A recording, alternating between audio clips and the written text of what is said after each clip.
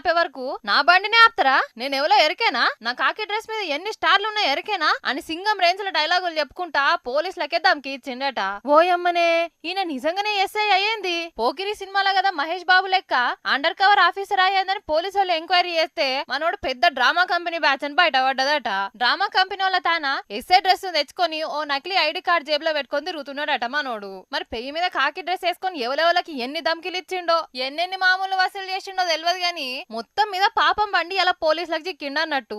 అవురవా అరి మహేష్, నీ కాకి డ్రెస్ మీద అంతగానం షోకుంటే కష్టపడి చదివి పరీక్ష రాసి ఫిజికల్ టెస్టులు పాస్ అయి పోలీస్ కొలువు కొట్టాలి గాని గిదేంది పరీక్ష రాసి టెస్టులు పాస్ అయ్యి ఇవన్నీ టైం వేస్ట్ ఇవ్వాలనుకున్నాడో ఏమో. అందుకే షార్ట్ కట్ల ఎస్ఐ అయ్యి ఆఖరికి కటకటాలకు పోయింది. ఇట్లా అయినా చేసిన తప్పు దాచిన నిజం ఎప్పటికైనా బయటపడాలి కదా. టైం వచ్చింది పడ్డదన్నట్టు.